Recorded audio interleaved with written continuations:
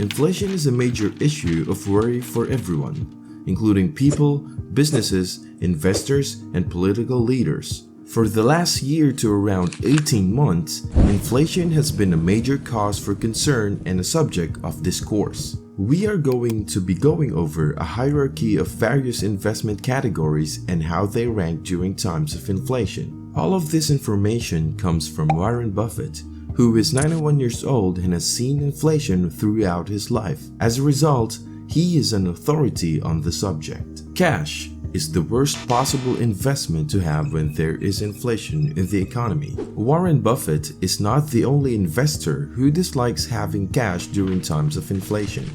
Fellow billionaire Ray Dalio has also been loud about his hate of cash, and he has done it with a remark that is both extremely memorable and sort of catchy. Money is worthless. This is because the value of cash that you have stored up in a savings account or in a dresser drawer at home decreases every day, every week, every month, and every year while inflation is present in the economy. The mathematics involved in determining the actual return you got on an investment is not difficult. Let's imagine that the return on your assets was 10% per year.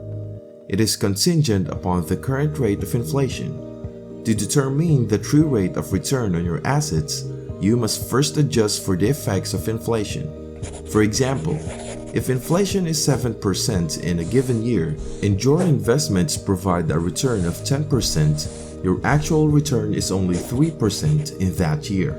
Keeping cash is basically nothing, and if you store cash for an extended length of time, you expose yourself to the negative effects of inflation. Bonds with a set interest rate are ranked higher than cash on the hierarchy. These assets are often believed to be quite secure by traditional investing knowledge. Nevertheless, Buffett would argue that they aren't actually all the safe when you include in the influence that inflation has on the economy as a whole. If you were to acquire a 10-year US government bond today, you would essentially lock in a return of 1.8% each year for the next decade, if the current yield on a 10-year US government bond is around 1.8%. This is because the yield on a 10-year US government bond is now at 1.8%.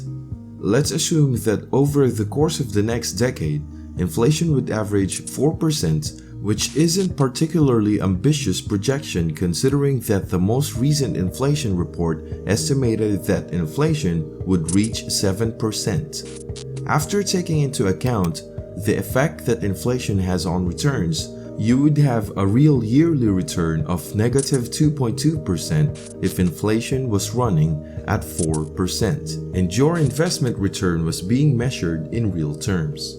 Even if this is an improvement over just storing cash, it is still not anywhere close to being the ideal option. It is essential to keep in mind that individuals who hold fixed-rate debt, such as government bonds, suffer losses during periods of inflation. On the other hand, individuals who borrow money on favorable terms for an extended period of time and do so at a fixed rate enjoy financial gains during periods of inflations. The next level in this hierarchy is comprised of what Buffett terms unproductive assets. Gold, silver, and many other precious metals are examples of this category. Owning one of these during a time of inflation may not be the worst idea since, all other things being equal, the price of everything else will increase, but the value of these objects should, at the very least, keep up with inflation in principle. On the other hand, these assets that are not productive probably won't help improve your buying power either. These investors seek investments that can exceed inflation and that create a genuine return for us. The next type of investments in our inflation hierarchy. These investors don't simply want to keep up with inflation, they want investments that can surpass inflation. Productive assets come into play at this point. According to Warren Buffett's analysis of this situation, obviously, we are all aware that Warren Buffett amassed his wealth via the purchase of stocks and whole companies. Yet, Buffett maintains that not every company is formed with the same potential. The next rung on the ladder of inflation is comprised of the productive assets of the typical company. Businesses that fall into the category of average have a few distinguishing features, one of which is the need for a large amount of new capital, which is just another term for cash, in order for the firm to continue running. A condensed illustration using a genuine business that, with any luck, will demonstrate the concept. The URI ticker symbol represents United Rentals, which is the biggest equipment rental firm in the world. They operate using a business plan that is not too complicated.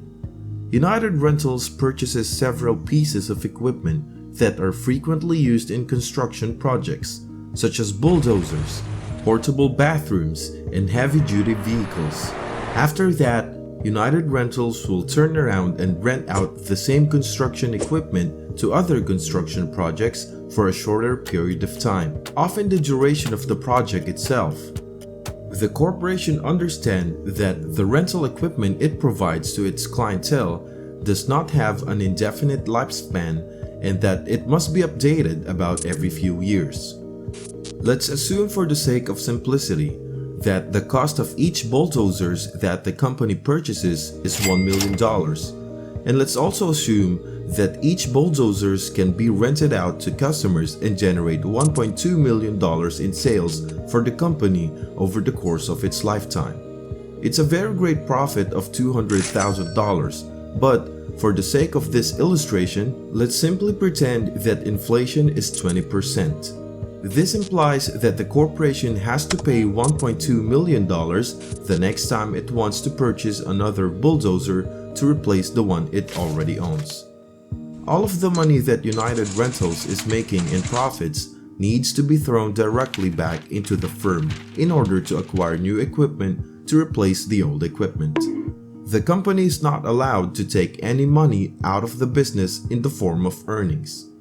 This serves as a perfect illustration of the difficulty that high capital-intensive enterprise experience during times of inflation. One of brief tale before we go on to the next trait of companies that you want to stay away from during periods of inflation. This is a remark from Warren Buffett's business colleague and close friend Charlie Munger, and it does a very excellent job of explaining that there are two distinct types of profitable enterprises. The first kind of company is the kind in which all of the profit that was reported is left over at the end of the year. In this kind of company, you can take the cash out of the business at any time, and it will continue to be successful in the same way that it was successful before you took the cash out. The second kind of company is the kind that claims to be profitable but never really has any cash on hand. Ordinary company that you want to steer clear of is one that does not possess what is known as price power. Since Apple has such a dedicated client base, many of the business consumer are willing to pay whatever price the corporation decides to set for its iPhone product. If someone wants a new iPhone, they are not going to purchase a product from a rival just because it is more affordable. Compare this to a business that has little to no pricing power and operates in an environment where price is almost the only thing that customers care about. Let's imagine there is a firm that makes t-shirts that are just plain white. The only thing the firm produces are these simple white t-shirts with no designs or logos on them. I hope that the video was entertaining for you, as it usually is. Since we want to help you become a better investor by studying the strategies used by the best investors in the world, please make sure to give this video a thumbs up and don't forget to hit the notification bell.